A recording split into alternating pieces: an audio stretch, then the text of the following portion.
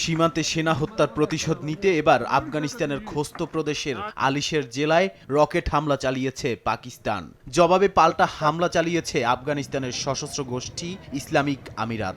বৃহস্পতিবার স্থানীয় সময় মধ্যরাত থেকে শুক্রবার ভোর পর্যন্ত চলে পাল্টাপাল্টি হামলা। হামলার তীব্র নিন্দা জানিয়ে আফগান সরকার জানায়, পাক বাহিনীর রকেট হামলায় খোস্তের যোগাযোগ ব্যবস্থা ক্ষতিগ্রস্ত হলেও হতাহত হয়নি কেউ।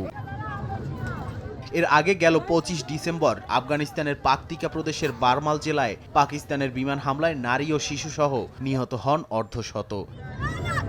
বিশ্লেষকরা মনে করেন, পাকিস্তানের সঙ্গে সমস্যা সমাধানে সামরিক উপাত বাদ দিয়ে কূটনৈতিক পথ ব্যবহার করা উচিত পাকিস্তানের। এদিকে পাকিস্তানের খাইবার পাখতুনখোয়ায় ১৮৮টি সশস্ত্র গোষ্ঠীর ৪,০০০ সদস্যের ৩৫% আফগান নাগরিক বলে দাবি করেন প্রদেশটির পুলিশ প্রধান।